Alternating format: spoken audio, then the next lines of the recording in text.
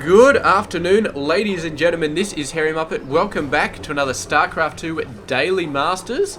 And yes, that was me rubbing my hands together in anticipation. Not sure if the microphone picked it up, but it is going to be an awesome game right here. Up the top right side of the map, none other than Mr. MMA. He's 25 years of age, from South Korea, plays for Team Acer, and is definitely one of the best Terran players in the world, in my honest opinion. And he's already getting an no, it's not expansion, it's a barracks. It's a fast barracks all the way out there. Simply to confuse VortiX, I feel like. A double barracks. He's going for some sort of crazy double barracks play early in the game. It's not quite a proxy because that thing's still ages away. But yeah, who knows what the hell he's doing with that. Just trying to hide it a little bit, because he knows that the Overlord is going to go first for the expansion timing look. And then over here. And of course, the Zerg player down the bottom left side of the map is Mr. VortiX, who we have not seen in some time, but I remember casting a whole bunch of games from him previously. He was in a couple of tournaments I cast as well, so very, very nice stuff. He is 20 years of age, from Spain, plays for Team Millennium, Mouse Millennium?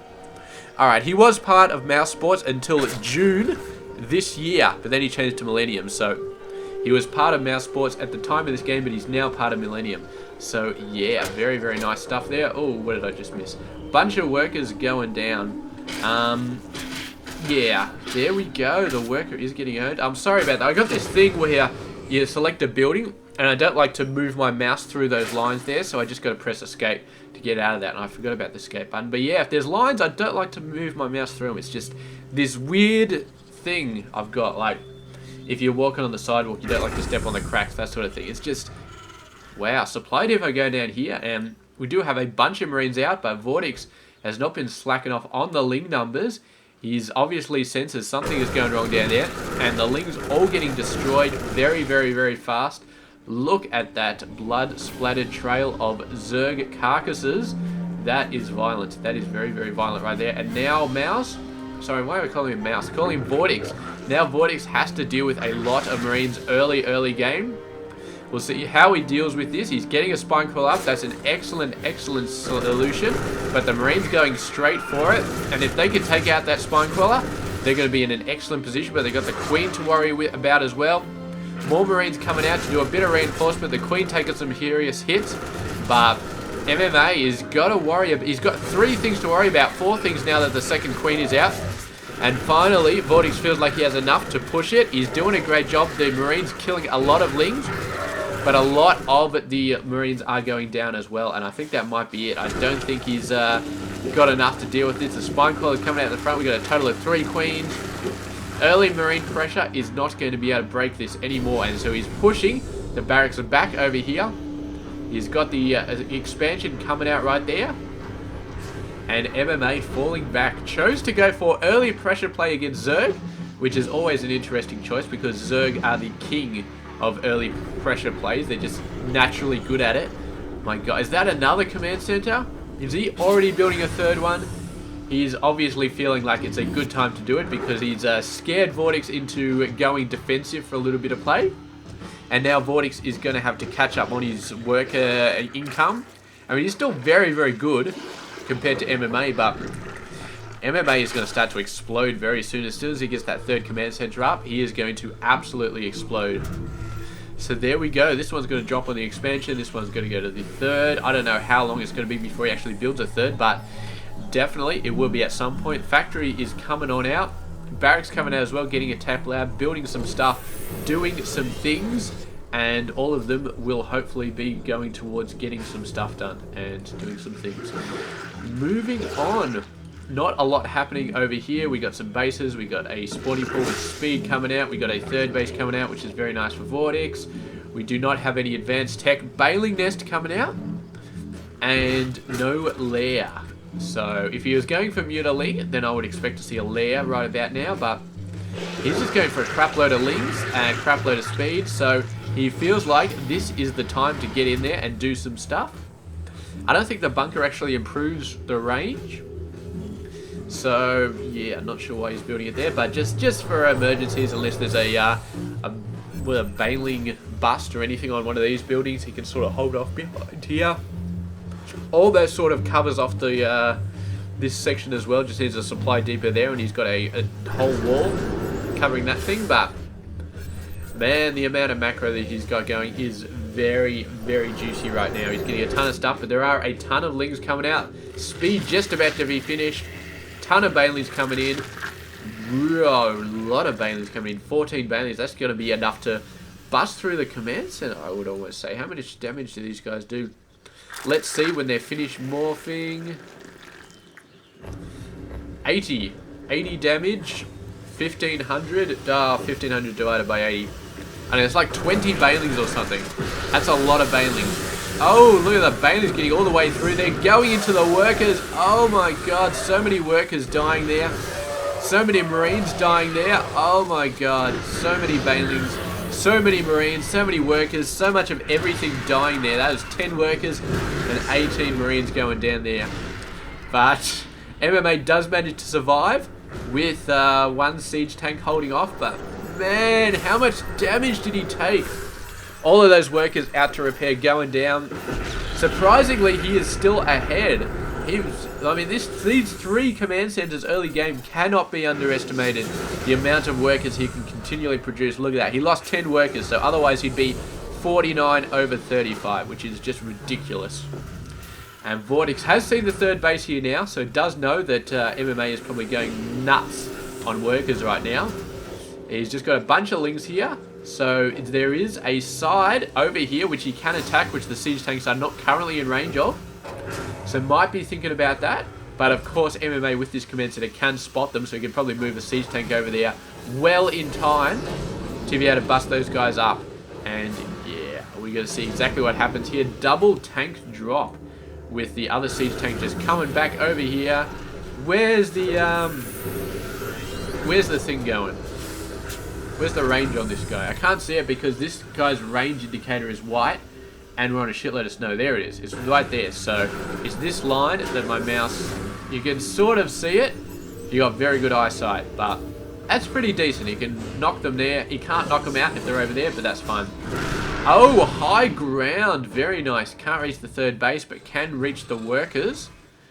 Barely reach the workers. But yeah, this is actually unassailable at the moment right here. I need to knock down these rocks to actually get up these tanks. Unless VortiX starts to get some air units, he's in quite a lot of trouble. The Marines can go back, do whatever they want. Whenever they see forces, they just back up. The tanks take care of everything. There we go. Move it back. Oh, the tanks. Beautiful, beautiful stuff. But you can even go for a 2-stage approach. 2 tanks up here, 1 down here, attacking all that sort of stuff. Could be pretty good. And yeah, missile turrets as well. Just protect against the eventual Muta incursion going down there. So he could hold that for quite some time before VortiX actually decides to knock down these rocks. And then it's pretty much just game over. Yeah, very nice. Overseer just flying around. The creep spread for Mr. VortiX looking very, very, very sweet at the moment. It's all over the friggin' place. And the Marines continuing to hit this hatchery, man. I don't know why they are... Oh! That was collateral damage right there. The tank's taken out the Marine in a fantastic style right there. Mutas are coming out on the field. Let's have a look at the income right here. VortiX has pulled ahead on 4 bases, 70 workers over 50. And MMA does need to push a little bit harder on the worker numbers. He should quite easily get to 60 workers though. And that's going to be a very, very scary amount for him. 60 workers off 3 bases. Going to be able to do a lot of stuff. And here we go. Marines coming out. They're upgraded. Not at all, but they're getting upgraded soon. 1-1 just about to finish. Shield, vehicle armor, of course, is going to help the Widow Mines out. And yeah, very, very nice stuff. Doing quite a lot of macro there. VortiX, on the other hand, is getting out a bunch of mutiling. It looks like he's mainly going for mutiling. 1 weapons for his mutas on the way, and he's got 1-1 for his lings already. And here we go, the creep cleaning squad. I tried to say spread and squad at the same time, but it is the squad coming out, trying to get some stuff done. A medevac coming out as well. That guy probably had like a widow mine in it. No, a Marine actually. Saving the Marine from over here maybe, I don't know. But anyway, These tanks are just like, can't we have a range upgrade, please? I mean, it's artillery. We should be able to shoot halfway across the map, but apparently not. He's actually got some forces over here as well, which is interesting. I don't know if he knows there is a base coming down there. He does not, but maybe he can guess. This one missile turret scaring away 20 billion mutas, which is always nice to see. And now the force is coming out, but the Lings are going to come in there. There are Banelings as well. If you can get a surround on these and trap those, it's going to be in some trouble, but a tank on the high ground going to be backing it off. And it seems like it's a million years since we've seen a good Marine tank versus Mutaling fight going on. We haven't seen one for ages, and they're so friggin' good. What are we going to drop over here? Widowmine, a bunch of Marines. That should be a lot of fun. He actually doesn't realize that base is there, otherwise he would have turned around and dropped on it. But here we go, Widowmines. The mutas are going to get scared away. We got a nice drop over here. Widowmine, get down in the ground and start doing your work. He's not burrowing it right yet. There he goes. Oh, the Ling's running for it. The worker's coming back. Oh, only one worker got destroyed. Meanwhile, these guys coming in, back to destroy that hatchery. The main army coming down here does get annihilated by Banelings. So we got some wins, we got some losses, we got some people doing some good stuff, we got some people taking a crap ton of damage. And VortiX is looking out to make sure that MMA cannot do anything crazy. But he's not going to be able to stop this. This base already going down. Destroying a whole bunch of overlords as well. Supply capped for the lose. For the loss. I don't know exactly how to say. I know it's for the win, but is it for the loss or for the lose? I think it's for the loss. That sounds about right.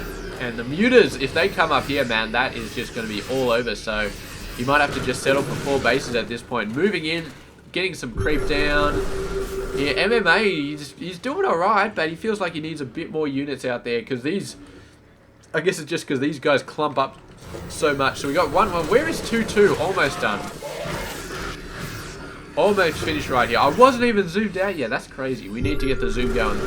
Takes out the creep tuner. Mad snipe of that creep tuner right there. And the Widowmine. Oh, there is half a second where you can actually kill them if you have vision of them before they get a chance to fire. It's very scary, because if you're running around with 20 Mutalisks trying to snipe the Widowmine before it shoots and somehow you screw up, but it's fine. I mean, if your attack moving, then usually it will go down if you got enough mutas there. So there we go. Nice attack right here. Widowmines. That one got taken out. That one did do a good job. VortiX starting to look quite scary. The mutas sniping the tank right there. Very nice job. That tank has been a pain in the ass all game for him. And suddenly MMA is looking like he's a little bit screwed over here. Bailey's getting some nice hits. Muta's getting even more nice hits. And there we go. So far, MMA is holding off, but VortiX is starting to look very strong in this game. Seems to be doing a great job. It's like VortiX goes in, hits a bunch of stuff, kills a bunch of stuff, and then MMA finally drives him out. It's not like, I mean, if we ignore this 4th base down there, which I suppose it wouldn't be fair to ignore it, but MMA, he's starting to get around there. He's starting to be a little bit more aggressive, but it's hard. He has, I mean, look at all these Baneling hits right now. He's holding off. And he's starting to be aggressive right now, which is what I like to see, because VortiX has been aggressive for so long. And MMA it looks like he's been on the defensive for so long. So it's nice to see him out on the map, getting some stuff done, and pushing VortiX in his half of the map. And yeah, we're going to be seeing exactly how this comes right here. A bunch of mutas, bunch of Banelings. Once again, VortiX just building a ton of Baneling, just throwing them out there. And doing a fantastic job with taking out Marines Marauders. He's just continuously going in, taking out a bunch. He's not afraid to get his hands dirty with the mutas. The mutas getting in there, doing a great bunch of stuff. He is losing a fair amount of mutas as well, but he just continues to build them. He's got so much gas income, it's not even funny. Almost 1,000. His income, 86 over 55, is starting to get a bit out of control here. MMA needs to do something. I mean, I'm sure he'd like to do a drop on some of VortiX's bases, but he's too busy trying to hold off against all of these attacks that VortiX is constantly sending at him. And yeah, I mean, it's not like VortiX hasn't even rebuilt this 4th base, so he's got no opportunity to just jump in there with these guys and just take it out. So VortiX was like, you got those forces set up there? You know what? I'm just not going to build a base there. I got more than enough bases I can build all over the other side of the map. He's currently on 5 bases without even looking at that one. So There we go. He's currently maxed out on the forces. MMA is going to be hard-pressed to hold this off, and if he loses this space, I think this is it for Mr. MMA. I think he is going to be going down right here. Bailey's going nuts. The workers are not in a good position. The mutas are going nuts on everything. The Bailey's finally going down, and there are enough forces perhaps to scare these mutas away. But that's just not good at all. We're down at 41 under 83, and I think MMA has got to be minutes away from giving the GG on this game. There's just only so much economic damage you can take before you have to call it a day, and I think that MMA is just about there. He's trying to hold on for dear life here, sending another bunch of forces here, but this is really just a crap amount of guys. This is basically nothing. MMA is just sending the few units he has left into the slaughter. He's getting some reinforcements, but still, I mean, it's just not enough. There we go. The muta's coming in and just wiping out everything. Doesn't even worry about that Widow Mine, and MMA does go down versus the massive macro pressure from Mr. VortiX. Just did a fantastic job.